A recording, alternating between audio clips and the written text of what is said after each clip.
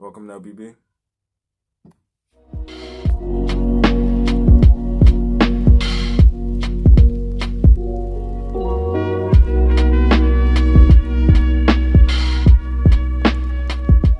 Welcome back to another reaction, and today we're going to be reacting to Shapiro debunks viral systematic racism explained video. I had seen this video on like Facebook and stuff like that. But Ben Shapiro is a smart guy. He literally comes at it with like a very logical point of view. He usually knows what he's talking about. It's going to be really interesting seeing what he has to say. But yeah, let's hop right into this.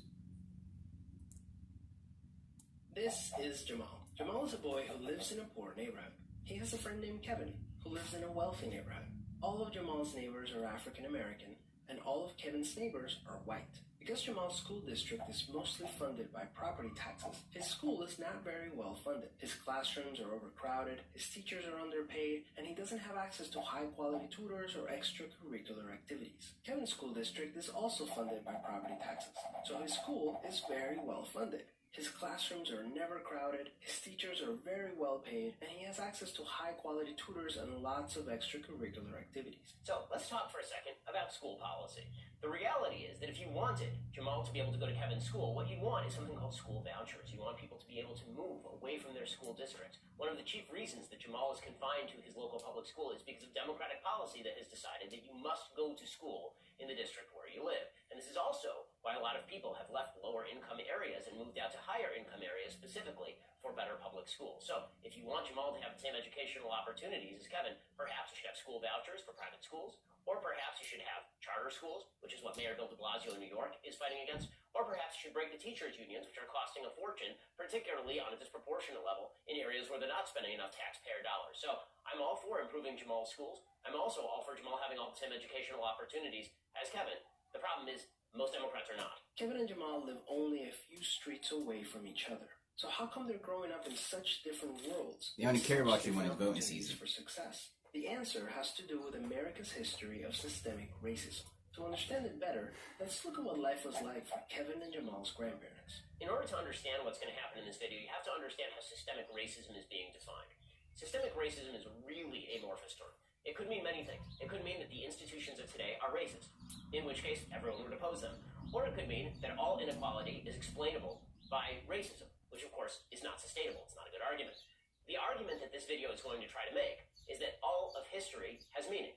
And that is true. History does have consequences for today. The problem is, as we'll see, the video tries to explain all inequality with reliance on history and no inequality with response to exacerbating levels of income inequality, exacerbating levels of single motherhood, personal decision-making, or any of the other variables that could come into creating the gaps we see today. Decades after the Civil War, many I'm really trying not to like pause this too much because this is a 17-minute video. Government agencies started to draw maps dividing cities into sections that were either desirable or undesirable for investment. This practice was called redlining, and it usually blocked off entire black neighborhoods from access to private and public investment.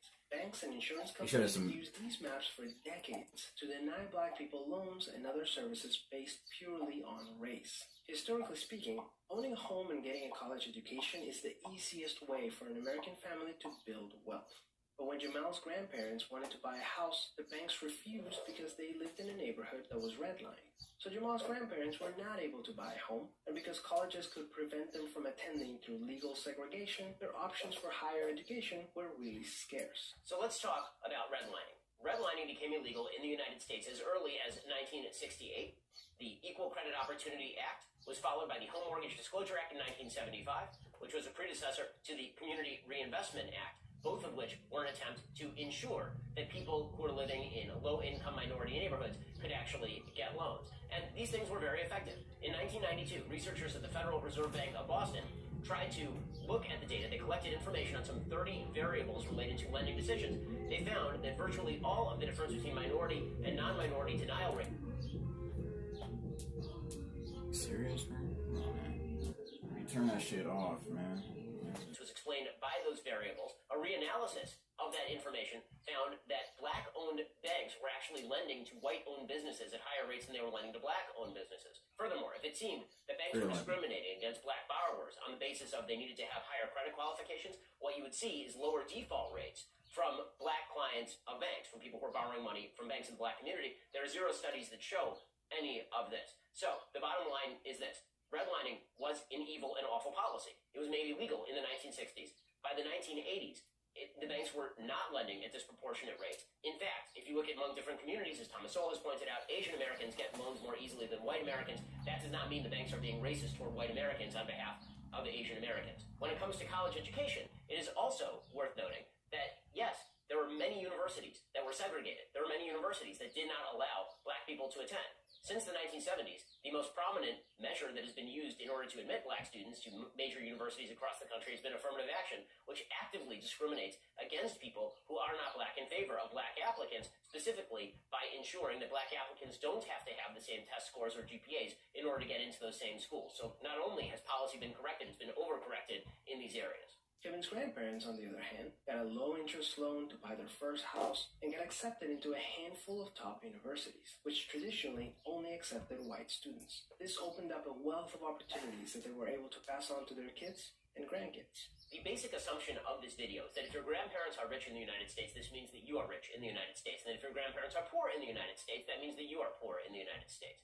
This is factually untrue. The reality is that income changes over time, that there are an enormous number of people in the United States by percentage who are able to rise from poor to middle class and their children from middle class to wealthy. The biggest problem that we have in the United States right now is not a historic wealth gap. The biggest problem we have is an income gap in the United States. And there's some fascinating statistics surrounding this. There was a Harvard study recently that showed that black males who are growing up in the same household incomes as white males were actually underperforming their white male counterparts, even in high-income neighborhoods. You would think that all of this might imply racism, except for one inconvenient fact in the study. Black women who are growing up in the same high-income neighborhoods as white women growing up in the same high-income neighborhoods, black women were performing at exactly the same or higher rates than white women in those neighborhoods, which would suggest that there are other factors at play other than simple racism. Furthermore, the basic idea that most wealth in the United States is inherited and the millionaires are really only millionaires because their parents were millionaires, that really isn't true either. The vast majority of millionaires and billionaires are people whose parents were not millionaires and billionaires. Chris Hogan, who's a black financial expert,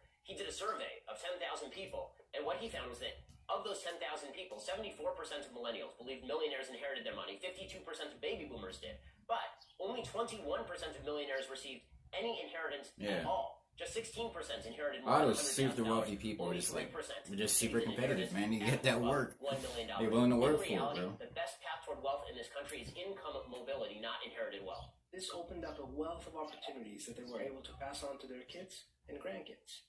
Even as late as the 1980s, an investigation into the Atlanta real estate market showed that banks were more willing to lend to low-income white families than to middle or upper-income African-American families. As a result, today, for every $100 of wealth held by a white family, black families have $5.04.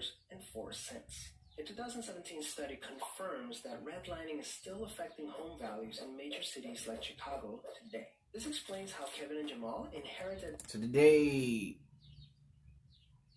So obviously it was outlawed, but by that time it got outlawed, I'm pretty sure the effects that they wanted it to have would have probably already happened, so... vastly different circumstances. As it turns out, there are some complicating factors that don't get cited in this video with regard to this data. The Federal Reserve Board economists tried to explain that this data did not take account of differences that were not income-based. Things like liabilities, employment history, credit record, and other relevant variables that should have been considered. It should not be particularly surprising that discrimination in the past has impact on the actual income of people who are living in the areas that were denied loans. That shouldn't be a major surprise. But that is not the only disparity, obviously. That New York Times piece they are citing says, quote, they estimate the maps account for 15 to 30% of the overall gaps in segregation and home ownership that they find between the highest risk area and the second highest risk areas. Those were the ones that were being classified. The truth is that when it comes to redlining, you have to look at the gradations as well. There is always going to be a difference in the availability of loans to people who are living in the highest risk areas as opposed to the people who are in the very lowest risk areas. Another factor is that if history does make a difference, then if you are denied loans in a particular area, and if there's less money in those areas, and as crime goes up, and as property taxes kick in, there's not enough money to take, and as schools get worse, obviously that's going to continue to have effects in that particular area. That doesn't mean the same people are living in that area who always lived in that area, or the people who grew up in that area in 1960 necessarily have to live in that. Like where I'm from, McKees Rocks, I guarantee you there was a lot more white people back in the day than there is black people there is now. Like, Because whenever you walk down the streets, you see a lot of like World War II veteran photos, and like it was a lot of Eastern European people that moved over there. Because the school I went to was a public school, obviously, and it was pretty. I'd say it was like majority black. So obviously, it's not the same people living in the same area anymore. Area, or that their grandkids have to live in that area in 2020. Unfortunately, the story doesn't end there. A big part of systemic racism is implicit bias. These are prejudices in society that people are not aware that they have. One of the big problems with implicit bias is it is very, very difficult to quantify, identify, and studies that supposedly determine that your implicit bias results in real-world action are deeply flawed. Implicit bias assessment tests, for example, are so significantly flawed they are virtually unusable. Let's go back to Kevin and Jamal. Against all odds, Jamal manages to be the only student from his high school to get accepted into a great university, the same one that Kevin and his high school friends are attending. But after Kevin and Jamal both graduate, Jamal notices that his resume isn't drawing as much interest as Kevin's, even though they graduated from the same program with the exact same GPA. Unfortunately for Jamal, studies show that resumes with white-sounding names get twice as many callbacks as identical resumes with black-sounding names. The research is actually a lot more interesting than what is being portrayed in this video. There are several studies here. There was one famous study that was done that suggested that first name differentiation was indeed being used by employers. So if your name was Lakeisha, for example, this is the name that is actually used in the study, Lakeisha versus Greg, that you are less likely to get a callback. There was another study that showed a historically black last name like Washington What if he just or made up Jefferson Lakeisha? provided no actual differentiation Oh my God. from historically white names, like Greenberg, for example. So if your name was Steve Greenberg versus Steve Jefferson, you're just as likely to get a callback as Steve Jefferson. What that suggests, and this was confirmed by subsequent studies, is that the actual issue here is a question of class discrimination, not an issue of race discrimination. In other words, the reason that people are discriminating against Lakeisha as opposed to against Steve Johnson or Steve Washington is because people are actually using the first name as a stand-in for social class. They are figuring that if you were named Lakeisha, it's because you probably came from a more impoverished background. Now, this is not restricted to the black community. This happens in the Jewish community as well. If you get an applicant, and the applicant's name is Ben, you might treat that applicant different than if that person's name is Benjamin. You might treat a Menachem different than you treat a Mike.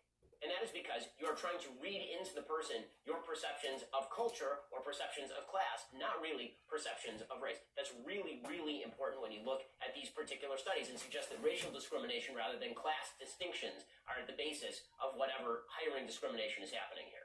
Implicit bias is one of the reasons why the black unemployment rate is twice the rate of white unemployment.